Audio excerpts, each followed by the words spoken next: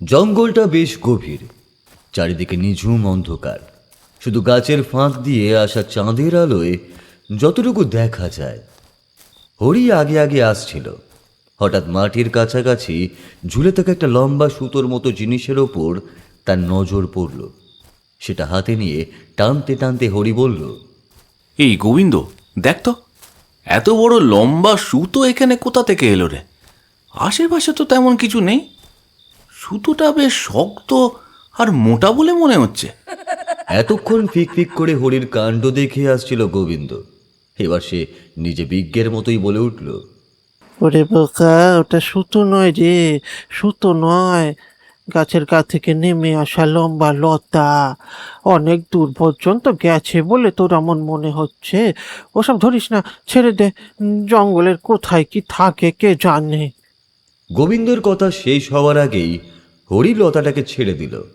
সত্যি এখন কেন জানি ওর শরীরটা রি রি করে উঠল। লতাটা অদ্ভুত রকমের ঠান্ডা আর পিচ্ছিল। ওরা আবারও পথ চলতে শুরু করলো। আসলে জঙ্গলের এই ফাঁকা পথটা অনেক দূর চলে গেছে। রাতের বেলা এখানে আসার বিন্দুমাত্র ইচ্ছে গোবিন্দর ছিল না, কিন্তু হরির কথা ফেলতে পারেনি। বিশ্বাস কর গোবিন্দ, জংলি ফল গাছে যা হয়েছে না, দিনের বেলা ওদিকে যাওয়া যাবে না। তুই তো জানিস, জঙ্গলের ওদিকে যারা থাকে তারা খুব একটা সুবিধের নয়। তাই ভাবলাম রাতের অন্ধকারেই কাজটা সেরে ফেলি। জংলি ফল একবার খেয়েছিল গোবিন্দ, ভারী সুস্বাদু। দেখতে অনেকটা আমের মতো হলেও কোনো বীজ নেই, আবার আপেলের মতোও শক্ত। সেই স্বাদের লোভেই আজ আসা। সামনে সে বড় ঝাঁকড়া গাছটা, সেখান থেকে ডান দিকে ঘুরলেই ফলের বাগান। ঠিক এমন সময় হরির মনে হলো জঙ্গলটা যেন হঠাৎই কথা বলে উঠল। গোবিন্দ, শোন তো, জঙ্গলের ভেতর থেকে কেমন একটা অদ্ভুত শব্দ আসছে না? মনে হচ্ছে কোনো মেয়ে হাসছে নাকি কাঁদছে। এই ভালো করে শোন তো। গোবিন্দ কান পেতে শোনার চেষ্টা করল। একটু পরেই সেই হাড় হিম করা শব্দটা ওর কানে এসে ধাক্কা দিল। নাকি সুরে খুব ধীরে ধীরে অথচ উচ্চস্বরে কেউ একজন ডাকছে। হাসি না কান্না বোঝা দায়, তবে একটা ব্যাপার ওরা বুঝতে পারল, শব্দটা ক্রমশ ওদের দিকেই এগিয়ে আসছে। চাঁদের আলোয় দুজনের চোখ আতঙ্কে চকচক করে উঠল। ঠিক তখনই ঝোপঝাড়ের আড়ালে খচ খচ শব্দ শুনে ওরা ওপরে তাকাতেই স্তম্ভিত হয়ে গেল। আরে, এমন ভাবে পাথরের মতো দাঁড়িয়ে আছিস কেন? চলে আয়, তাড়াতাড়ি চলে আয় বলছি। ওটা ওটা কি গোবিন্দ? ওটা কি অত বড়? জঙ্গলে কি করতে এসেছিস তোরা? জানিস না, জানিস না এই জঙ্গল এখন আমার? রাতের এই অন্ধকার শুধুই আমার রাজত্ব। সেই বীভৎস হাসিতে হরি যেন স্থবির হয়ে গেল। গোবিন্দ এক ঝটকায় তাকে সরিয়ে আনলো বটে, কিন্তু ততক্ষণে সেই কালো মূর্তিটা জঙ্গল পেরিয়ে খোলা রাস্তায় এসে দাঁড়িয়েছে। মূর্তিটা মানুষের চেয়ে প্রায় 1.5 গুণ লম্বা, পরনের জীর্ণ কালো কাপড়, রুক্ষ লম্বা চুল, হাতের আঙুলে বড় বড় নখ, আর চোখের জায়গায় দুটো লাল টকটকে গর্ত। লম্বা দাঁতগুলোর একপাশ দিয়ে লালা গড়িয়ে পড়ছে। তাহলে গ্রামের লোকগুলো মিথ্যে বলেনি গোবিন্দ? সত্যি রাতে এই জঙ্গলে আসা ঠিক হয়নি। আমি ভেবেছিলাম ওরা হয়তো ফলের লোভে আমাদের ভয় দেখায়। এখন তো বুঝতে পারছিস, এ কোনো মানুষ নয়, এ হলো সেই পিশাচ। মনে আছে গ্রামের ওই লোকগুলোর কথা, যাদের গলা থেকে কেউ রক্ত চুষে নিয়েছিল? স্মৃতিটা মনে পড়তেই দুজনের রক্ত হিম হয়ে গেল। ওরা মরণপণ দৌড় লাগালো গ্রামের দিকে, কিন্তু সেই বিভৎস মূর্তিটা অমানুষিক গতিতে ছুটে এসে ওদের পথ আটকালো। পরক্ষণে পিশাচের দুটো লম্বা হাত বাঘের থাবার মতো জাপটে ধরল হরি আর গোবিন্দর গলা। একটা হ্যাঁচকা টান, আর তাতেই ওদের ঘাড় দুটো মট মট করে ভেঙে গেল।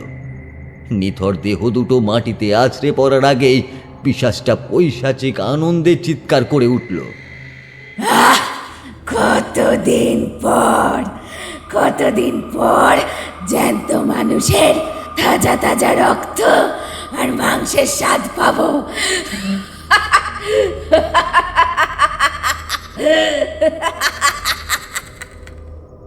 পিশাচটা এবার নিজের লম্বা দাঁতগুলো ওদের ঘাড়ে বসিয়ে দিয়ে তৃপ্তি করে রক্ত চুষতে লাগলো।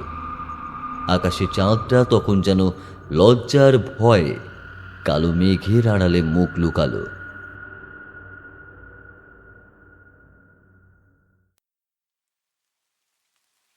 আপনি কিন্তু আমাদের অনেক গল্প বলেছেন ঠাকুরমশাই। আপনার নিজের হয়তো সেসব কিছু আজ আর মনে নেই, তাই না? তোমরা যাকে গল্প বলে মনে করছো তা হলো আমার গোটা জীবনের অর্জিত অভিজ্ঞতা। সব কথা তোমাদের বললে এটা মনে থাকা না থাকা এসব কোনো ব্যাপার নয়, বুঝলে? আর রইল পড়ে মনে থাকার কথা, কত কিছুই তো ভুলে যাই। সেই প্রথম জীবনে কোথায় কি ঘটেছে সব কিছু কি আর আজ মনে আছে? সেসব কথা হুবহু মনে রাখতে গেলে বড্ড মনের জোরের প্রয়োজন হয়। ওসব আমার আর ভালো লাগে না। তবুও তোমাদের বলতে বলতে কখনো কখনো সেসব কথা মনে পড়ে যায়। এই যেমন আজ সকালেই একটা কথা মনে পড়েছিল। আমরা সঙ্গে করে তেলে ভাজা খানিকটা রাবড়ি আর তার সঙ্গে পাসিংশো সিগারেটের দুটো নতুন প্যাকেট এনেছিলাম। একটা প্যাকেট তারানাথের কোমরের কাপড়ের ভাঁজে আগেই চলে গেছে। অন্য প্যাকেট থেকে একটা সিগারেট বার করে ধরিয়ে নিলেন তিনি। তার আগেই তেলে ভাজা খাওয়া শুরু হলো। তেলে ভাজা চিবোতে চিবোতে কিশোরী বলল, যে কথাটা মনে পড়ছিল সেই কথাটাই বলে ফেলুন না ঠাকুরমশাই। দেখবেন কোনো তথ্য কথা কিন্তু শুনবো না। ভালো কিছু রোমহর্ষক ব্যাপার হলে তবেই বলুন। সত্যি কথার আসল গুণ তোমরা কি বুঝবে বলো তো? তোমাদের তো কেবল ওই গল্প শোনা, বিপদের গল্প, ভয়ের গল্প। এসব ছাড়া তোমরা আর কি বা শুনতে চাও? আচ্ছা, তোমরা যখন এমন কিছুই শুনতে চাইছো তবে তেমন কথাই বলি। একবার এমন একটা ভয়ঙ্কর ব্যাপার ঘটেছিল যা যুক্তি দিয়ে ব্যাখ্যা করা যায় না। এমন ঘটনা আমার জীবনে বেশ কয়েকবার ঘটলেও সেসবের কথাটা অন্য এক কারণে মনে গেঁথে গেছে। যাই হোক, আসল কথাই বলি। দাও দেখি আরেকটা সিগারেট ধরিয়ে নিই। অযথা কথায় আজ তারানাথ সময় নষ্ট করলেন না। তার বদলে তেলে ভাজা শেষ করে ঘটির জল খেয়ে নিয়ে একটা সিগারেট ধরালেন। ধোঁয়া ছাড়তে ছাড়তে শুরু করলেন তার সেই অলৌকিক কাহিনী। মাতু পাগলির সঙ্গে তখন আমার সাক্ষাৎ হয়েছে মাস কয়েক হলো। তার আশীর্বাদে ক্ষমতা সামান্য পেলেও তেমন ব্যবহার করা হয়ে ওঠেনি। বয়স তখন কম, যেখানেই যাই অনেকেই আমার চেয়ে বয়সে বড়। এইটুকু বয়সে আমি কেন সাধনা করতে এসেছি এ নিয়ে নানা কথা বলতো তারা। প্রথম একটু অস্বস্তি হতো না, সে কথা বলবো না, কিন্তু পরে ব্যাপারটা সয়ে গিয়েছিল। বুঝতে পেরেছিলাম মানুষ সবকিছু একটা ধরা বাঁধা নিয়মে মাপতে চায়। সেই নিয়মের বাইরে বেরোতে গেলেই নানা সমস্যা তাকে জর্জরিত করে। আর তাই প্রথাগত চিন্তার বাইরে গিয়ে মানুষ ভাবতেই পারে না। যা একটু আলাদা তাই তাদের কাছে অদ্ভুত। তখন আমি সাধু সঙ্গের খোঁজে ঘুরে বেড়াই, শ্মশান মশানে রাত কাটাই। যেখানেই তন্ত্র সাধনার কথা শুনি সেখানেই আস্তানা গেড়ে বসি। একদিন সন্ধেবেলা এক গ্রাম্য মন্দিরের পাশ দিয়ে হেঁটে যাচ্ছি। দেখলাম মন্দিরের চাতালে কয়েকজন লোক উত্তেজিত হয়ে কথা বলছে। পুরোহিত মশাই সবাইকে শান্ত করে বললেন, জঙ্গলের ওদিকে যেতে গ্রামের লোকেদের আগেই বারণ করা ছিল। গোবিন্দ আর হরি যদি অতবার নিষেধ করার পরও ওদিকে যায় তবে আমাদের আর কি করার আছে? কিন্তু ঠাকুরমশাই, এই গ্রামের লোকেরা বলছে যারা ওখানে নতুন আস্তানা গেড়েছে তাদের সরাতে হবে। ওদের জন্যই নাকি এসব আপদ হচ্ছে। বোকার মতো কথাটা বলো না তো বাবু। ওরা ওখানে এসে থাকতে শুরু করেছে মাত্র কয়েক মাস হলো, কিন্তু সেই পিশাচ তো ওখানে আছে আজ বহু বহু বছর ধরে। সেই কথা আমরা সকলেই জানি। এমনি এমনি কি আর ওই জঙ্গলের সীমানায় রক্ষাবন্ধন দেওয়া হয়েছিল? ভেবে দেখো একটু। ব্যাপারটা জটিল এবং তার সঙ্গে তন্ত্র মন্ত্রের গন্ধ রয়েছে, সেটা বুঝতে পেরেই পায়ে পায়ে সেদিকে এগিয়ে গেলাম। আমায় দেখে ওরা প্রথমে একটু ইতস্তত করল, তারপর পুরোহিত মশাই আমায় মন্দিরের চাতালে বসাতেই তাদের মুখ থেকে সব কথা শুনতে পেলাম। গ্রামটার নাম ধরমপুর। গ্রামের উত্তর পূর্ব কোণে একটি গভীর জঙ্গল রয়েছে। একমাত্র এই গ্রাম দিয়েই সেই জঙ্গলে ঢোকা যায়, অন্য কোনো দিক দিয়ে পথ নেই।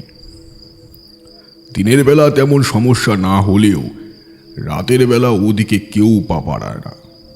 জঙ্গলটা নাকি মোটেও সুবিধের নয়। কয়েকদিন আগে এই গ্রামেরই দুজন লোক কি এক প্রয়োজনে ওদিকে গিয়ে আর ফিরে আসেনি। পরদিন গ্রামের পথের ধারেই পড়েছিল তাদের নিথর দেহ।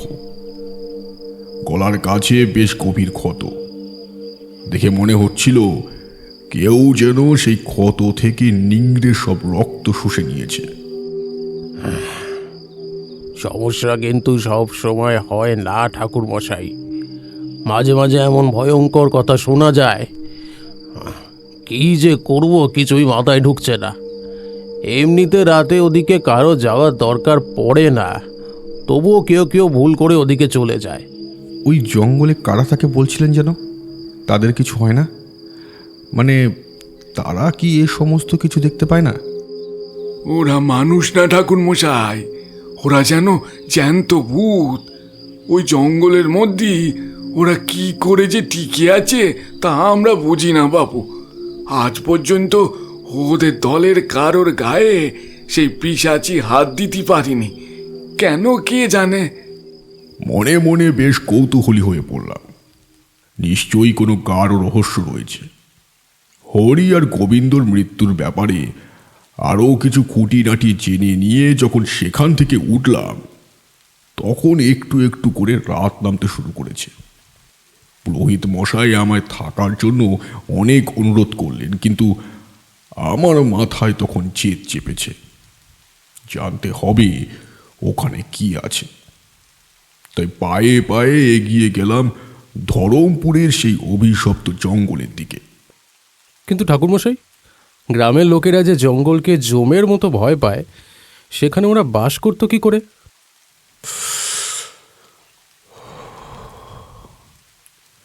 সেই কারণটা খোঁজার জন্যই তো জঙ্গলের ভেতরে ঢুকেছিলাম। গ্রামের পথটা জঙ্গলের এক পাশ দিয়ে সোজা চলে গেছে। সেই পথ দিয়ে হাঁটতে হাঁটতে মাঝে মাঝে জঙ্গলের ভেতরে তাকাই, যদি ঢোকার কোনো পথ চোখে পড়ে, কিন্তু কোনো কিছুই দেখতে পেলাম না। অনেকটা এগিয়ে যাওয়ার পর হঠাৎ হঠাৎ পেছন থেকে একটা খসখসে পায়ের শব্দ শুনতে পেলাম। প্রথমে পেছনে তাকালাম, দেখি আমার থেকে কিছুটা দূরে আবছা এক মূর্তি আমার দিকেই হেঁটে আসছে। আমি থমকে দাঁড়াতেই সেও দাঁড়িয়ে পড়ল। মাথার উপর চাঁদের আলো থাকলেও চারপাশটা কেমন যেন আবছা অন্ধকার। মূর্তিটাকে ভালো করে চেনা যাচ্ছে না। সে এক দৃষ্টে আমার দিকে তাকিয়ে আছে। মনে মনে শিউরে উঠলাম, এটাই যদি সেই পিশাচ হয়, তবে কি আমার অবস্থাও ওই হরি কিংবা গোবিন্দর মতো হতে চলেছে? দীক্ষা নিয়েছিলাম ঠিকই, কিন্তু সেই মুহূর্তে ভয়ে সব মন্ত্র ওলট পালট হয়ে যেতে লাগলো। সেই ছায়া মূর্তি এবার এক পা করে এগোতে লাগলো। জীবনের চরমতম বিপদের সামনে দাঁড়িয়ে আমি মনে মনে মাতু পাগলিকে স্মরণ করার চেষ্টা করলাম। ভয়ে কপাল বেয়ে ঘাম ঝরছে। রাতের সামান্য শীতল হাওয়ার মধ্যেও সেই ঘাম যে কেমন হচ্ছিল তা বলে বোঝানো সম্ভব নয়। সর্বনাশ! তারপরে কি কি হলো কি ঠাকুরমশাই? আর কি, ভয়ে চিৎকার করে দৌড়ে পালাবো কিনা ভাবছি, ঠিক তখনই সেই ছায়ামূর্তি থেকে একটা কণ্ঠ ভেসে এলো। কে ওখানে? তুমি কি সাধু বাবা? একটা মানুষের গলা শুনে মুহূর্তের মধ্যে যেন সব কিছু স্বাভাবিক হয়ে গেল। আমি সাহস করে দুপা এগোলাম। ততক্ষণে লোকটার মুখে চাঁদের আলো এসে পড়েছে। দেখলাম খালি গায়ের রং কুচকুচে কালো, পরনে খাটো করে ধুতি পরা, হাতে একটা মজবুত লাঠি, মাথায় লাল কাপড় জড়ানো, আর লম্বা চুলগুলো ঘাড়ের উপর দিয়ে পেছনে নেমে গেছে। বুঝতে পারলাম গ্রামের লোকেরা যে সাঁওতাল দলটার কথা বলেছিল এ তাদেরই কেউ হবে। লোকটার এক হাতে একটা মরা হাঁস ধরা। আগে আমি তারানাথ, কিন্তু তুমি কে? আর এই অসময়ে এই বিপজ্জনক পথে কি করছো? গ্রামের লোকেরা তো বলল রাতে এই জঙ্গলের পথে কেউ পা বাড়ায় না। ওরা মিথ্যে বলেনি সাধু বাবা, গ্রামের লোক ভয় পায় তাই আসে না। কিন্তু আমি তো আর গ্রামের লোক নই, আমি থাকি জঙ্গলের ভেতরে। বিপদ নিয়েই আমাদের ঘর সংসার, অত ভয় পেলে চলে না। তাছাড়া আরো অনেক কিছু আমাদের জানা আছে সাধু বাবা। লোকটা আমাকে সাধু বাবা বলে সম্বোধন করেছিল, যদিও বয়সে সে আমার চেয়ে অনেক বড় ছিল। সে আরও কাছে আসতেই তার শরীর থেকে একটা বুনো গন্ধ নাকে এলো। কিন্তু মানুষটার চোখের মধ্যে অদ্ভুত একটা আকর্ষণ ছিল। ভয়টা এক নিমিষে কেটে গেল। আমরা দুজনে কথা বলতে বলতে এগোতে লাগলাম। হঠাৎ জঙ্গলের একদিকের অন্ধকার দেখিয়ে সে বলল, রাতের বেলায় খোলা জায়গায় দাঁড়িয়ে থেকো না সাধু বাবা, আমার সঙ্গে এসো। আমাদের কুটিরে রাত কাটিয়ে কাল সকালে যেও, তোমাকে অনেক কিছুই বলার আছে। তোমরা বিশ্বাস করবে না, অচেনা অজানা ওই লোকটাকে মুহূর্তের মধ্যে কেমন যেন আপন মনে হতে লাগলো। মাত্র কয়েক পা এগিয়েছি, এমন সময় হঠাৎ একটা চাপা গর্জনের মতো শব্দ জঙ্গল কাঁপিয়ে ভেসে এলো। শব্দটা শুনেই আমার সামনে থাকা লোকটা, যার নাম ভবানী আমি পরে জেনেছিলাম, সে চমকে উঠল। একবার পেছনের অন্ধকারের দিকে ভালো করে তাকিয়ে বলল, তাড়াতাড়ি চলে আসুন সাধু বাবা, ও আপনার গন্ধ পেয়ে গেছে। একবার যখন রক্তের ঘ্রাণ পেয়েছে ও আসবেই। আমি কিছু বুঝতে পারলাম না। ভবানীর পেছনে দৌড়তে লাগলাম। মনে হলো বনের ভেতরে যেন হঠাৎ কাল বৈশাখীর তাণ্ডব শুরু হয়েছে। ডালপালা ভাঙার মর্মর শব্দ, আর তার সঙ্গে একটা খিলখিলে হাসির আওয়াজ চারপাশে ঘুরে বেড়াতে লাগলো। সামনেই কতগুলো মানুষের বিড়বিড় করে মন্ত্র পড়ার শব্দ শুনতে পেলাম। দেখলাম মশাল আর লাঠি হাতে একদল লোক পাহারা দিচ্ছে। আমাদের দেখে তারা একপাশে সরে দাঁড়ালো। সামনেই কতগুলো লতা পাতা আর ডাল দিয়ে ঘেরা ছোট ছোট কুঠির। ভবানী আমাকে একটা কুটিরের ভেতরে বসতে বলল। ভেতরে বসে আছি, কিন্তু বাইরে তখন তুলকালাম কাণ্ড চলছে। ডাল পাতার ফাঁক দিয়ে দেখছি মশাল হাতে লোকগুলো এদিক ওদিক দৌড়াচ্ছে। সেই বীভৎস চিৎকারটা ক্রমশ আমাদের কুটিরের দিকে এগিয়ে আসছে। একটু পর ভবানী হন্তদন্ত হয়ে ঘরে ঢুকলো, সাথে আরেকজন।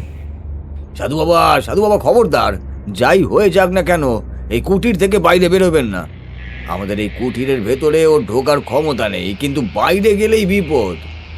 আমি কিছু জিজ্ঞেস করার আগেই ভবানী বেরিয়ে গেল। দরজার কাছে আমারই বয়সী একটা ছেলেকে পাহারায় রেখে চলে গেল সে। ছেলেটার এক হাতে লাঠি, অন্য হাতে জ্বলন্ত মশাল। তারা যেন আমাকে বাঁচাতে আপ্রাণ চেষ্টা করছে। মনে পড়ে গেল মন্দিরের পুরোহিত মশাইয়ের কথা। আসার সময় তিনি আড়ালে ডেকে বলেছিলেন, জঙ্গলের ভেতরে গেলে সেই পিশাচকে দেখতে পাবেন ঠাকুর। গ্রামের লোকেদের ধারণা এই পিশাচের জন্যই সাঁওতালরা দায়ী, কিন্তু আসলে তা নয়। ওরাই ঝড় বিপদে পড়ে ওখানে আছে। জঙ্গলটা ওদের কাছে মায়ের মতো, বুঝলেন, মায়ের মতো। জঙ্গলের বুক থেকে যে এমন পৈশাচিক চিৎকার ভেসে আসতে পারে তা আমি ভাবতেও পারিনি। সেই তীক্ষ্ণ চিৎকার যেন কানের পর্দা ছিঁড়ে দেবে। আমি পাহারাদার ছেলেটিকে কিছু বলতে যাব, তার আগেই সে মুখের ওপর দরজাটা বন্ধ করে দিল। বাইরে তখন সমস্বরে মন্ত্রপাঠ চলছে, আর তার মধ্যেই সেই ভয়ঙ্কর কণ্ঠস্বর শোনা গেল। ওকে ছেড়ে দে ভবানী, ওকে বের করে নিয়ে আয়। এই জঙ্গলে রাতের বেলা ঢুকেছে মানেই ও আমার শিকার। ওর কাঁচা রক্ত আর মাংস দিয়ে আমি আমার পেটের খিদে মেটাবো। সাধু বাবা আমার আশ্রয়ে এসেছে, আমার আশ্রয়ে থাকা কারোর গায়ে তুই হাত দিবি? এত বড় স্পর্ধা তোর হবে না পিশাচি। ভগবানই সাধু বাবাকে আমার কাছে পাঠিয়েছেন। তোদের সবকটাকে যেদিন মেরে তাজা তাজা রক্ত খাবো সেদিন বুঝবি আমার জঙ্গলে থেকে আমার সাথে শত্রুতা। কেউ বাঁচবি না তোরা, কেউ না। ভবানীর গলায় কোনো কম্পন নেই, সে স্থির হয়ে কথা বলেই চলেছে। আশেপাশের লোকগুলো তখন এক মনে মন্ত্র পড়ে যাচ্ছে। কৌতূহল সামলাতে না পেরে আমি পাহারাদার ছেলেটিকে ডাকলাম। সে এবার দরজাটা সামান্য ফাঁক করে দিল। বাইরে মুখ বের করে যা দেখলাম, বিশ্বাস করো আমার শরীরের রক্ত মুহূর্তের মধ্যে বরফ হয়ে গেল। বাইরে তাকাতেই আমার বুকের রক্ত হিম হয়ে গেল। দেখলাম কুটিরের ডালপালার আবছায়া ছাপিয়ে জঙ্গলের মাথার ওপর দিয়ে সেই অতিকায় পিশাচিনীর মাথা দেখা যাচ্ছে। দুটো চোখ যেন জ্বলন্ত লাল অঙ্গার, অন্ধকারে শিকার খুঁজছে। তার সেই লম্বা বিভৎস দাঁতগুলো চাঁদের আলোয় ঝকঝক করে উঠছে। পাহারাদার ছেলেটি নিঃশব্দে আঙ্গুল উঁচিয়ে আমায় সেই দৃশ্য দেখাচ্ছিল। জঙ্গল তোলপাড় করে পিশাচিনীটা এগিয়ে আসার চেষ্টা করছে, কিন্তু সাঁওতালদের সেই সমবেত মন্ত্রোচ্চারণ যেন এক অদৃশ্য দেয়াল তৈরি করে রেখেছে। তাদের মাঝখানে দাঁড়িয়ে ভবানী গগনভেদী স্বরে চিৎকার করে বলছে, এখনো বলছি পিশাচি, চলে যায় এখান থেকে। আমরা থাকতে সাধু বাবার কোনো ক্ষতি তুই করতে পারবি না। আমি মন্ত্রমুগ্ধের মতো দরজার কাছে এসে দাঁড়িয়েছি।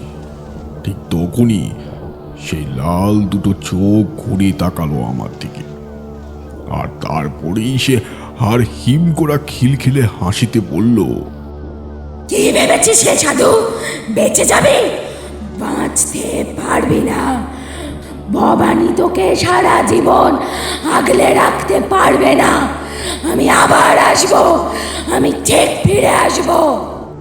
মূর্তিটা অন্ধকারের গভীরে মিলিয়ে গেল। কাল বৈশাখীর মতো সেই ঝোড়ো হাওয়া হঠাৎ থেমে গেল। ভবানী আর বাকিরা আমার কাছে এগিয়ে এলো।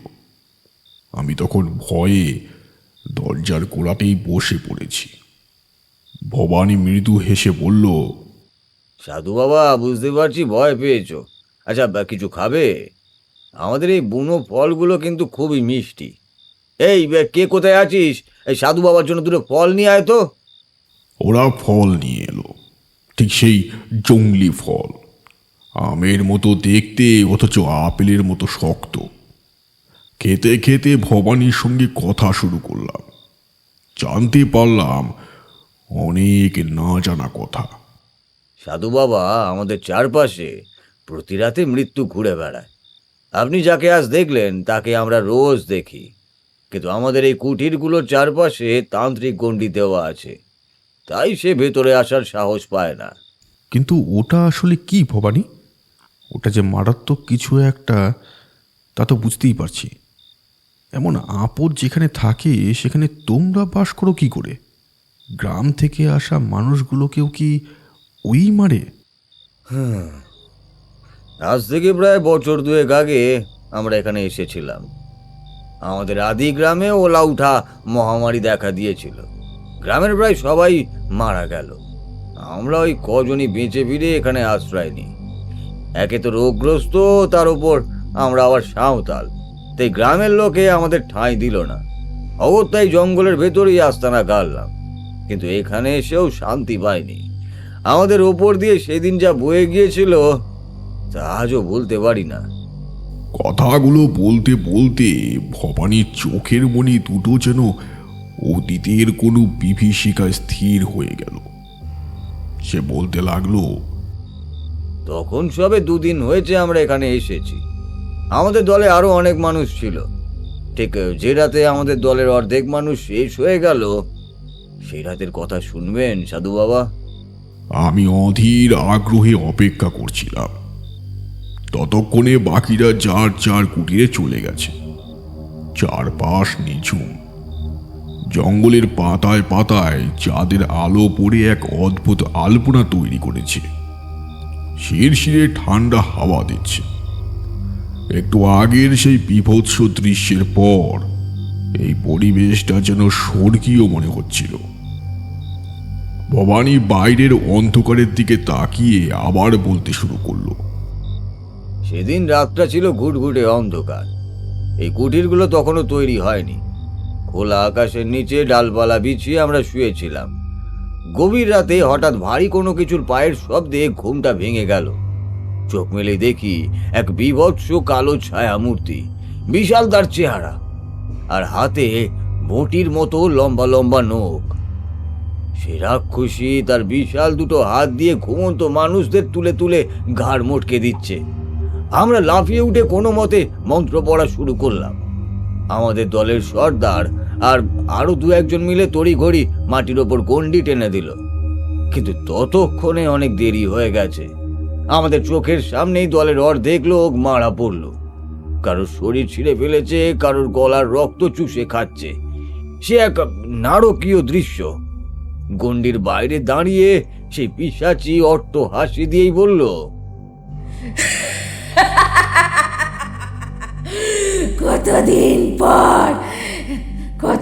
পর একসঙ্গে এত মানুষের তাজা রক্ত খেলাম। শরীরটা একদম জুড়িয়ে গেল।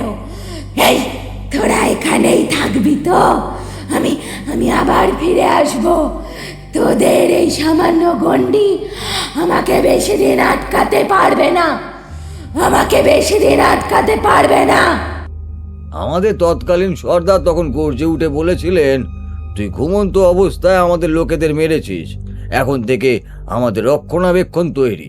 এরপর থেকে আমাদের একজনের গায়েও হাত দেওয়ার ক্ষমতা তোর হবে না, দেখে নিস। এই জঙ্গলে থাকলে তোদের মরতেই হবে। যারা পথ ভুলে এই জঙ্গলে আসবে তারাই হবে আমার আহার। আর তোদেরকেও আমি ছাড়বো না। এরপরে আমি বুঝতে পেরেছিলাম ওদের সঙ্গে এখানে থাকতে গেলে কোনো কিছুই করা সম্ভব নয়। পরদিন সর্দারের সঙ্গে আমি নিজেই কথা বললাম। সর্দার অনেক কিছুই জানতেন। বয়সের ভারে শরীর নুয়ে পড়লেও তার তপবল ছিল অগাধ। অনেক কষ্ট করে তিনি ধ্যানে বসে সবটা বুঝতে পারলেন। সেই ইতিহাস আমায় বলেছিলেন তিনি। কিন্তু ওই পিশাচ এখানে এলো কি করে? এমনি এমনি তো আর এমন অশুভ শক্তি জন্ম নিতে পারে না। আজ থেকে অনেক বছর আগে এই জায়গাটা তখন গভীর জঙ্গল ছিল না। এখানে ছিল একটা বর্ধিষ্ণু গ্রাম, নাম ছিল মুকুন্দপুর। সেখানেই বাস করত একটি মেয়ে, যে নাকি কালো জাদুর চর্চা করত। আজ থেকে প্রায় 200-300 বছর আগের কথা। মুকুন্দপুর গ্রামে সেই মেয়েটির ব্যাপারে তখন লোক জানতে পারল। তখন থেকে শুরু হলো তার ওপর লাঞ্ছনা। গ্রামের লোক তাকে দু চোখে দেখতে পারত না। নানা কাজে বাধা দিত, আড়ালে আবডালে তার ক্ষতি করার চেষ্টা করত। মেয়েটির নাম ছিল মালতী। তারপর মালতী কি করলো? গ্রামের লোকেদের ঘৃণা সইতে না পেরে মালতী শেষমেশ লোকালয় ছেড়ে জঙ্গলের ধারে একটা কুটির বেঁধে থাকতে শুরু করলো। ওই গভীর জঙ্গলের ভেতরে একটা পোড়া গাছ এখনো দাঁড়িয়ে আছে। এক সময় বাজ পড়ে গাছটা ঝলসে গিয়েছিল। ওই গাছের তলায় ছিল মালতীর আস্তানা। সে কারোর কোনো ক্ষতি করতো না, কিন্তু একদিন হঠাৎ গ্রামে রটে গেল মালতী নাকি জঙ্গল থেকে শিয়াল কুকুর ধরে তাদের রক্ত খায়, এমনকি পথ ভোলা মানুষদের ভুলিয়ে নিয়ে গিয়ে তাদের ঘাড় মোটকে রক্ত চুষে নেয়। সর্বনাশ! এ কি সত্যি নাকি?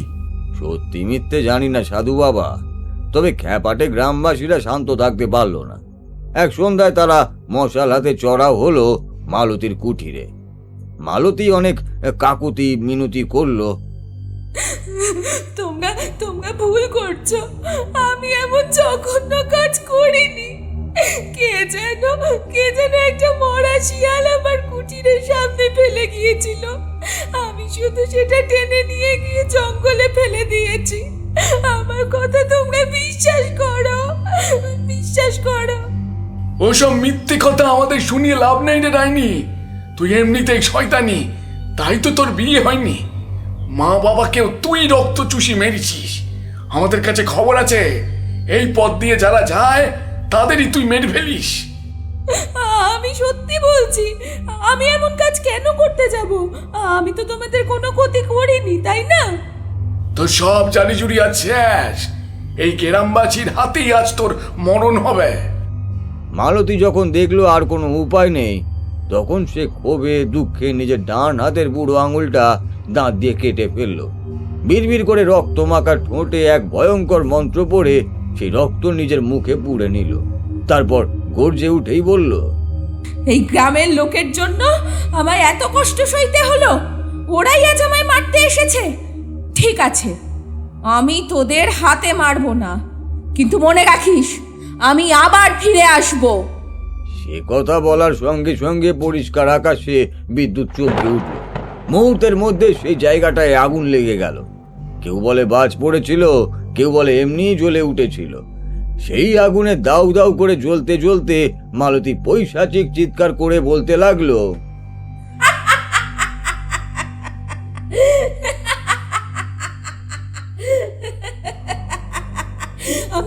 আমি থাকবো, আমি এখানেই থাকবো। কোনো জ্যান্ত মানুষকে আমি এখান থেকে জ্যান্ত ফিরতে দেব না। যে অপরাধ আমি করিনি তার জন্য তোরা আমাকে পুড়িয়ে মারলি। এবার দেখবি আমি সত্যি সত্যি মানুষের রক্ত খাবো, মাংস খাবো। তোদের কাউকে আমি আর ছাড়বো না, আর না। ভবানীর মুখে কথাগুলো শুনতে শুনতে আমি শিউরে উঠেছিলাম।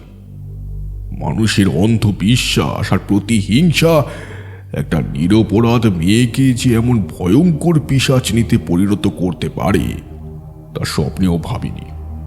আমি জিজ্ঞেস করলাম, আচ্ছা ভবানী, ওই মেয়েটি কি তবে পিশাচিনী রূপে ফিরে এলো? ও ফিরে আসেনি সাধু বাবা। ওর অতৃপ্ত আত্মা কোনো এক অশুভ তন্ত্রের মাধ্যমে এই বিভৎস রূপ নিয়ে ফিরে এসেছে। এই জঙ্গলের সীমানায় ওকে আটকানো বড়ই কঠিন। ওকে ধ্বংস করার ক্ষমতা আমাদেরও নেই। একটাই উপায় আছে, ওর থেকে দূরে থাকা আর নিজেদের তান্ত্রিক গণ্ডিতে আটকে রাখা। এই নিন সাধু বাবা। ভবানী আমার দিকে হাত বাড়িয়ে দিতেই দেখলাম কালো একটা সুতো মাথায় ঘাসের পুটলির মতো কি যেন একটা বাধা রয়েছে। সেটা আমার হাতে পরিয়ে দিতে দিতে ভবানী বলল, আমি জানি সাধু বাবা, এসব টুকটাক নিতে তোমার এত খারাপই লাগছে। তুমি নিজে একজন তান্ত্রিক, কিন্তু এই জঙ্গলের পিশাচিনীর হাতে আমি অনেক বড় বড় সাধুকেও মরতে দেখেছি। ওর ক্ষমতা নেহাত কম নয়। মরে যাওয়ার পর সেই শক্তি যেন বহুগুণ বেড়ে গেছে। মনে মনে চমকে উঠলাম। যদি সময় মতো ভবানী না আসতো তবে কাল রাতেই হয়তো আমার দশা ওই হরি কিংবা গোবিন্দর মতো হতো। সেদিনটা ওখানেই থেকে গেলাম। পরদিন সকালে ভবানীর সেই সঙ্গী ছেলেটির সঙ্গে দেখা হলো, যে আগের রাতে আমার ঘরের দরজায় পাহারা দিচ্ছিল। ছেলেটি কথা বলতে পারে না, নাম মুকুন্দ। ভবানী ইশারায় মুকুন্দকে কিছু একটা বলে দিল। মুকুন্দ, সাধু বাবাকে নিয়ে ওই পোড়া গাছটা একবার দেখিয়ে নিয়ে আয়। আমি এদিকে একটু ব্যস্ত, এখন যেতে পারবো না। মুকুন্দ আমায় নিয়ে জঙ্গলের গোলক ধাঁধায় ঘুরতে ঘুরতে সে বিশাল পোড়া গাছটার তলায় এসে দাঁড়ালো। দেখলাম প্রকাণ্ড গাছের ডালপালাগুলো পুড়ে কুচকুচে কালো হয়ে কঙ্কালের মতো দাঁড়িয়ে আছে, একটা পাতাও নেই তাতে। চারপাশটা কেমন থমথমে, অদ্ভুত এক পোড়া গন্ধ নাকে আসছিল। মুকুন্দ কথা বলতে পারে না, কিন্তু ইশারায় বারবার আমায় কিছু একটা বোঝানোর চেষ্টা করছিল। হঠাৎ এক কাণ্ড ঘটে গেল। কোত্থেকে এক ঝাঁক কাক এসে সেই মরা ডালগুলোতে গিয়ে বসলো। তাদের সেই তীক্ষ্ণ চিৎকারে কান পাতা তায়। মুকুন্দ বারবার ত্রস্ত হয়ে ওপরে তাকাচ্ছে। আমি ভাবলাম, কি হলো মুকুন্দর? ওদিকে তাকিয়ে সে কি দেখছে? মুকুন্দ আঙ্গুল তুলে গাছের পেছনের অন্ধকারের দিকটা দেখালো, আর ঠিক তখনই দেখলাম দিনের আলোতেও সেই পোড়া গাছের আড়ালে দাঁড়িয়ে আছে একটা কুচকুচে কালো শেয়াল। তার দুটো চোখ রক্তের মতো লাল, আর হিংস্র দাঁতগুলো বের হয়ে আছে। মুকুন্দ আমার হাত ধরে পেছনের দিকে দৌড়তে চাইল। শিয়ালটা আড়াল থেকে বেরিয়ে ধীর পায়ে আমাদের দিকে এগোতে লাগলো, আর মাথার ওপর সেই কাকের দল চিৎকার করতে করতে নিচের দিকে নেমে আসতে লাগলো। আমার তখন মনে পড়ল, ভবানীর দেওয়া সেই কবচটা আমি হাতে বাঁধিনি, ওটা আমার কোমরের খুঁটে কোজা আছে। ততক্ষণে শেয়ালটা আমায় লক্ষ্য করে তাড়া করেছে। আমি আর মুকুন্দ রুদ্ধশ্বাসে দৌড়াচ্ছি কুটিরের দিকে। মুকুন্দ তার লাঠি দিয়ে পেছনের কাকগুলোকে তাড়ানোর আপ্রাণ চেষ্টা করছে।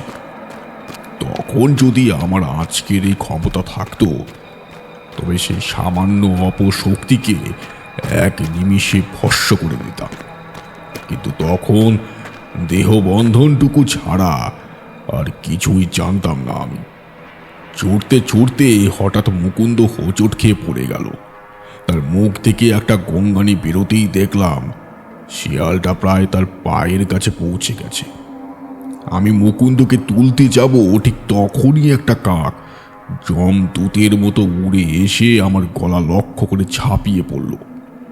দেখলাম কাকটার চোখ দুটো আগুনের মতো লাল। ঠিক সেই সময় চরম মুহূর্তে দূর থেকে ভবানীর বজ্র কণ্ঠ শোনা গেল। খবরদার, খবরদার বলছি, সাধু বাবাকে স্পর্শ করবি না। তাকিয়ে দেখি ভবানীর হাতে সেই পাকানো সাদাটে লাঠিটা মাথার ওপর বন বন করে ঘুরছে। কাকগুলো ভয় পেয়ে ওপরে উঠে গেল। শিয়ালটা ঝোপের কাছ থেকে লাফিয়ে এসে থতমত খেয়ে দাঁড়িয়ে পড়ল। ভবানীর জ্বলন্ত চোখের দিকে তাকিয়ে সে আর এগোতে সাহস পেল না। আমি হাঁপাতে হাঁপাতে মুকুন্দকে তুললাম। ওর পা দিয়ে তখন ঝরঝর করে রক্ত পড়ছে। আমি তো জানতাম এই জঙ্গলে শুধু রাতে বিপদ, দিনের বেলা তো এসব আপদ এলো কোত্থেকে? সাধু বাবা, ওরাই পিশাচিনীর পোষা অনুচর। ওদের শরীরের মধ্যেও পিশাচির অংশ আছে। তন্ত্র সাধনায় শিয়াল আর কাক হলো অশুভ শক্তির বাহক। সময় মতো আমি না এলে আজ রাতে ও আবার আপনার রক্ত খেতে আসতো। ভবানীর কথা শুনে নিজের অজান্তেই ঘাড়ের কাছে হাত চলে গেল। সেদিন রাতে আমি আবারও সেই পিশাচিনীকে দেখেছিলাম, এবার একদম স্পষ্ট। তার সাথে সেই কাকের দল আর শিয়াল। উফ, কি বিভৎস তাদের চেহারা! মুহূর্তের মধ্যে চারপাশ ঝরে লণ্ডভণ্ড হয়ে গেল। কিন্তু ভবানীর দেওয়া সেই কবচ আর তাদের তৈরি তান্ত্রিক চক্রব্যূহের ভেতর সে প্রবেশ করতে পারল না। যাওয়ার আগে পিশাচিনী পৈশাচিক চিৎকার করে বলে গেল, কতদিন বাঁচতে পারবি তুই? কোনো না কোনো দিন তোকে আমি ঠিক মারবো। এই জঙ্গলের মায়া ছেড়ে কোথায় যাবি তুই? তোকে আমার হাতেই মরতে হবে।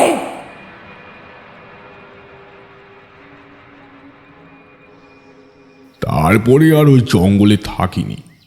ভবানী নিজেই আমায় গ্রাম পর্যন্ত পৌঁছে দিয়েছিল। ফিরে এসে পুরোহিত মশাইকে সব কথা বলতে তিনি একটু হেসেই বললেন, ভবানীর সঙ্গে আমার আগেও কথা হয়েছে ঠাকুর মশাই। এমনকি ওদের সর্দার যখন বেঁচে ছিলেন তার সাথেও আলাপ ছিল। ভবানী খুব ভালো মানুষ, এমনকি ও দলের বাকিরাও। কিন্তু গ্রামের লোকেরা ওদের একটুও সহ্য করতে পারে না। তবে মনে মনে ইচ্ছে আছে যে সুযোগ পেলেই এই গ্রামে বা অন্য কোথাও পাকাপাকি থাকবার ব্যবস্থা করে দেব। পুরোহিত মশাইয়ের অনুরোধে সেই গ্রামে আরও একটা দিন কাটিয়েছিলাম। সেদিন সন্ধেবেলা গ্রামের লোকেদের সাথে কথা বলে ভবানী আর তার দলের লোকেদের জন্য গ্রামের শেষ প্রান্তে একটা ফাঁকা জায়গায় থাকার ব্যবস্থা করে দেওয়া হলো। গ্রামের লোকেরা প্রথমে বেশ আপত্তি করেছিল, বলেছিল, ওই জঙ্গলের কথা বলছেন ঠাকুর মশাই? আরে ওরা তো ওখানেই থাকে, ওরাই তো টুকটাক করে পিশাচিনীকে ওই জঙ্গলে ডেকে এনেছে। একদম মিথ্যে কথা। ওদের নিজের দলের অনেক লোক মারা গেছে ওই শয়তানের হাতে। বিশ্বাস করুন, ভবানী না থাকলে জঙ্গলের ভেতরে ঢুকে আমি প্রথম দিনেই মারা পড়তাম। এই দুটো রাত যে কীভাবে কাটিয়েছি সে কেবল আমিই জানি। ওরা গ্রামে আশ্রয় পেলে আপনাদেরই মঙ্গল হবে। শেষ বেশ গ্রামে ভবানী আর বাকিদের থাকার ব্যবস্থা করে দিয়ে আমি ওখান থেকে বিদায় নিলাম।